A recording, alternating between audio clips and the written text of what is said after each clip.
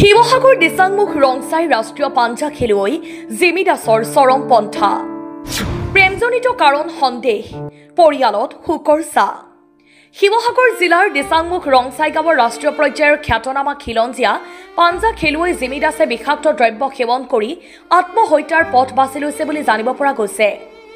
উক্ত ঘটনাৰ অঞ্চলটোত শোকৰ ছাঁ পেলাইছে। জিমি দাসক নিশা বিষ খোৱাৰ ফলত সংকটজনক অৱস্থাত ডিব্ৰুগড়স্থিত অসম চিকিৎসা মহাবিদ্যালয় আৰু চিকিৎসালয় AMCHলৈ প্ৰেৰণ কৰা হৈছিল। কিন্তু চিকিৎসা আৰম্ভ হোৱাৰ আগতেই তেওঁ মৃত্যুক আঁকোৱালি লয় বুলি জানিব পৰা গৈছে। ঘটনাৰ পিছত জিমিৰ আত্মীয়বৰ্গই সংবাদ মাধ্যমত প্ৰকাশ কৰিছে যে প্ৰেম প্ৰসংগত প্ৰেমিকাৰ দ্বাৰা ত্যাগ কৰা হোৱাত মানসিকভাৱে ভাঙি পৰিছিল জিমি, যাৰ ফলত তেওঁ এই চূড়ান্ত পদক্ষেপ লৈছে বুলি সন্দেহ প্ৰকাশ কৰিছে। উল্লেখযোগ্য যে বিগত বছৰত শিৱসাগৰৰ বহিৰাগত লোকে খিলঞ্জীয়া খেলুৱৈ জিমি দাসক শাৰীৰিকভাৱে নিৰ্যাতন কৰিছিল, যি ঘটনাই তেতিয়া সমগ্ৰ ৰাজ্যজুৰি ব্যাপক চৰ্চা লাভ কৰিছিল। প্ৰতিভাৱান খেলুৱৈগৰাকীৰ ওপৰত হোৱা এই আক্ৰমণৰ ঘটনাক লৈ কেতিয়াও বহুজনৰ মনত শোক ক্ষোভ আৰু প্ৰতিবাদৰ সৃষ্টি কৰিছিল। খেলপথাৰত নিজে প্ৰতিষ্ঠা কৰি অহা জিমি দাসৰ অকাল মৃত্যুতেই তেওঁৰ বন্ধু বান্ধৱী পৰিয়াল আৰু ক্ৰীড়ামহলত গভীৰ শোকৰ ছাঁ পৰিছে। স্থানীয় ৰাইজে জিমিৰ আত্মাৰ শান্তিৰ বাবে প্ৰাৰ্থনা জনোৱাৰ লগতে এই মৰ্মান্তিক ঘটনাৰ ন্যায় বিচাৰ কৰিছে। মই জেলগাঁও বাসিন্দাই হয় আৰু মই ৰাম দাসৰ বন্ধু হয়। আৰু ২ নম্বৰ কথা, জিমি দাসৰতো ভাল খেলুৱৈ এজনী ছোৱালী, ভালকৈ খেলিছিলে।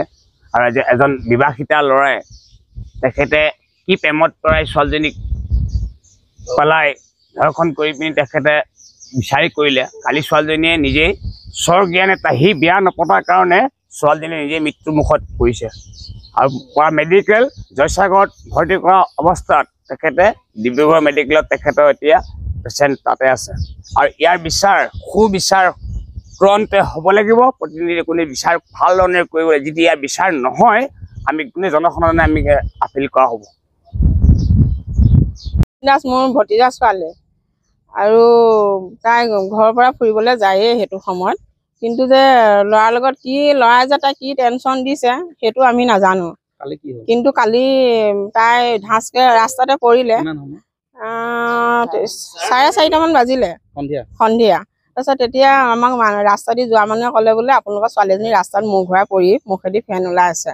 তেতিয়া ঘৰৰ ওচৰৰ মানুহে মানে দাঙি নি ছোৱালীজনী ঘৰৰ ভিতৰত সোমালে। তেতিয়া মাক দৌৰিলে, মই দৌৰিলোঁ, প্ৰায় ওচৰৰ মানুহ দৌৰিছে। কিন্তু ছোৱালীজনীয়ে কৈছে যে মই মায়ে ল'ৰাটোৰ কাৰণেই মই মৰিছোঁ, কাৰণ সি মোক নিনিয়াৰ কাৰণে মই আজি তাৰ কাৰণে মৰিলোঁ। আৰু 3টা নাম্বাৰ আছে, এখন বগা কাগজ, এটা ৰঙা কলমে লিখি থৈ গৈছে। আৰু মায়ে মোক সোনকালে মেডিকেল নিয়ক, আৰু নহ'লে গাড়ী নহ'লে মোৰ স্কুটিত লৈ যাম, মোক বচোৱা, আৰু মই ল'ৰাটোৰ কাৰণেই মই মৰিলোঁ। কিন্তু জয়সাগৰ মেডিকেললৈ নিলে, মেডিকেলৰ পৰা ডিব্ৰুগড় লৈ গ'ল। কিন্তু অবিনাশ দাস হস্পিটেললৈ নিয়াৰ পিছত মেডিকেল ডিব্ৰুগড় নোপোৱা আগমুহূৰ্ততে তাই মৃত্যু হৈছে।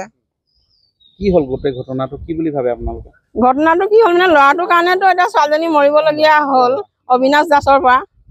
কি অন্ততঃ ছোৱালীজনী কিবা এটা টেনশ্যন দিছে, দিয়াৰ কাৰণেতো ছোৱালীজনী মৰিবলগীয়া আছে। তাতো একমাত্ৰ অবিনাশ দাস বিয়া পতা ল'ৰা, তাৰ ল'ৰা এটা ছোৱালী এজনী আছে। সিটো এটা বিবাহিত ল'ৰা, সিটো এজনী গাভৰু ছোৱালী, এজনী পঢ়ি থকা ছোৱালী। এনেকৈ ধ্বংস কৰিবতো নালাগিছিলে, কিন্তু একমাত্ৰ এজনী ছোৱালী, এটা ল'ৰা ৰামদাসৰ। এনেকৈ ছোৱালীজনী মৃত্যু হ'ব বুলি আমি জীৱনটো ভবা নাছিলোঁ। কোনোদিন যে এনেকুৱা এটা হ'ব বুলি আমি কোনোদিন ভবা নাছিলোঁ, যে এজনী গাভৰু ছোৱালী ঘৰত যে এনেকৈ আমি পাম বুলি, বা ডিব্ৰুগড়ত যে এতিয়া পষ্টমৰ্টম কৰিছে বা ট্ৰিটমেণ্ট পোৱা নাই, কিবা পোৱা নাই, আমি এইখিনি ভবাই নাছিলোঁ। কালি 4টা বজাৰ পৰা এতিয়া অন্ততঃ কিমান সময় হ'ল মই নাজানো, কিন্তু আমি ছোৱালীজনী যে ঘৰলৈ ঘূৰি আহিব যে ভালভাৱে এইটোৱে ভাবি আছোঁ। কিন্তু এই ল'ৰাটো ন্যায় পাবই লাগিব, গাঁৱৰ ৰাইজে হওক, আৰু ছোৱালীজনী ন্যায় পাব লাগিব। সিহঁতৰ ঘৰত জ্বলাব লাগিব, কাৰণ এটা ল'ৰাৰ পৰা এজনী ছোৱালী, গাভৰু ছোৱালী মৰিছে, আৰু এটা বিবাহিত ল'ৰা, তাৰ ল'ৰা এটা ছোৱালীজনী আছে। ছোৱালীজনী কিয় আঘাত দিব, কেলৈ লৈ নগ'লে? ছোৱালীজনী লৈ যোৱাতে ছোৱালীজনী কি থাকিবলৈ ঠাই নাই। কি ল'ৰাই 2জনী নানে, কি নোহোৱা কাম তাৰ কৰিছে, কি কাৰণে ছোৱালী মৰিবলৈ? আজি মোৰ ঘৰখনত মই কেনেকৈ থাকিম, বাপেক মাক কেনেকৈ থাকিব? ৰাম দাস আৰু অম্বিকা দাস। শিৱসাগৰৰ পৰা ফৰিদ আলী ৰিপৰ্ট, সুহানা লাইভ।